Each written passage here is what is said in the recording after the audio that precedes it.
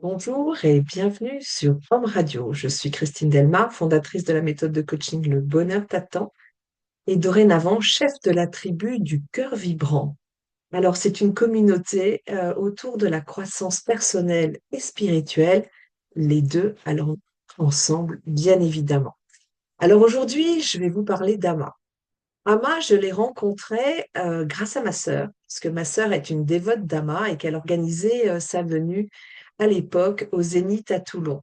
Et donc, j'étais journaliste et moi, comme journaliste ou comme personne, je suis extrêmement curieuse. Et donc, j'avais envie de l'interviewer pour savoir ce qu'il en était de ce phénomène mondial qu'est Ama. Donc, c'est une sainte hindoue, on peut le dire comme ça dans nos mots occidentaux qui en fait étreint, qui prend dans ses bras eh bien toutes les personnes qui viennent à elle. Et aujourd'hui, ça fait plusieurs millions de personnes dans le monde. Et c'est ce qu'on appelle le darshan, c'est-à-dire ce moment spécial entre le gourou, comme on dit en Inde, et puis le disciple ou la personne qui vient. C'est une manière de transmettre, euh, on pourrait dire le divin quelque part. Donc, je vais au Zénith. J'ai rendez-vous avec Ama comme tout le monde. Donc, je fais la queue et puis je me mets à ses genoux. Et puis, elle me prend dans ses bras comme elle le fait pour tout le monde. Et voilà, et je ne sens rien. Alors que parfois, on voit des personnes sortir en pleurs ou complètement égarées de cette étreinte, eh bien moi, je ne sens rien. Je suis là, en fait, en train d'expérimenter. Je regarde, je sens. Elle sent très, très bon. Elle sent la rose. Elle a une poitrine volumineuse et donc on se sent extrêmement bien quand elle pose sa tête sur sa poitrine parce que c'est tout moelleux, c'est bon. On se sent un peu comme un enfant pris dans les bras par sa mère. C'est extrêmement agréable. Et puis voilà, je regardais tout parce qu'on est quand même dans la culture indienne. À l'époque, je n'étais pas du tout, comment dire, connaisseuse de cette culture-là. Après, c'est devenu autre chose. Mais voilà, donc je faisais l'expérience, les yeux ouverts, les oreilles ouvertes, le nez ouvert et même la bouche parce qu'elle donne toujours un petit bonbon, un petit quelque chose à la fin. Et puis voilà, je sors de cette expérience et je me dis, ah ben tiens, c'était intéressant, je vais pouvoir écrire mon article, surtout aussi sur toutes les personnes qui viennent la voir, mais rien de particulier, je n'ai vraiment rien senti de particulier dans le corps, pas d'émotion vive, rien. Bon, ben pourquoi pas, hein, c'est ce que j'ai à vivre et puis c'est peut-être que ça en fait.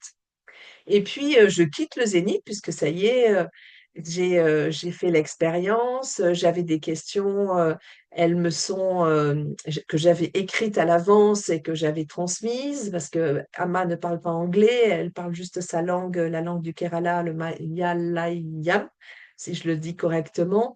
Et donc, pour communiquer, c'est pas possible. Et puis, il y a des centaines et des milliers de personnes qui attendent pour être dans les bras d'Ama. Donc, voilà, c'est pas le temps de l'interview. Donc, on me rend les réponses d'Ama à mes questions. Donc, voilà, tout va bien, j'ai fait mon job de journaliste, je peux partir. Et là commence l'expérience. En fait, je sors du zénith et je sens comme Ama dans mon dos et en l'air. C'est ça qui est extrêmement étonnant. C'est comme si c'était, en fait, vous savez, un ballon gonflable en forme d'Ama, Ama ou Ama en ballon gonflable au-dessus de moi me suivant sur le parking jusqu'à ma voiture. Waouh, ça c'était quelque chose comme expérience. Donc oui, je n'avais peut-être pas ressenti grand-chose sur le moment face à elle, mais là, elle m'accompagnait jusqu'à ma voiture par la pensée, par son esprit, par l'énergie, parce qu'évidemment qu'elle a tous ces dons-là. Et moi, à l'époque, les miens de dons s'ouvraient, donc c'était magique, en fait, complètement magique que cette expérience. Et ce sont des expériences qu'on n'oublie pas, en fait. Et j'ai encore, quand je vous le raconte, là, j'ai encore l'image de cette poupée gonflable à main qui me suit juste derrière pour, voilà, m'accompagner. C'était vraiment dans ce sens-là, c'était extrêmement agréable. Voilà, après, je suis retournée à titre personnel un certain nombre de fois dans les bras d'Ama et chaque fois, ça a été une expérience différente, forte, à chaque fois forte. Mais voilà, là, j'étais en tant que journaliste. Et vous savez, une journaliste, elle pense avec sa tête, elle analyse. Et donc, on est moins dans le ressenti. Et ça aussi, c'est une bonne leçon de vie.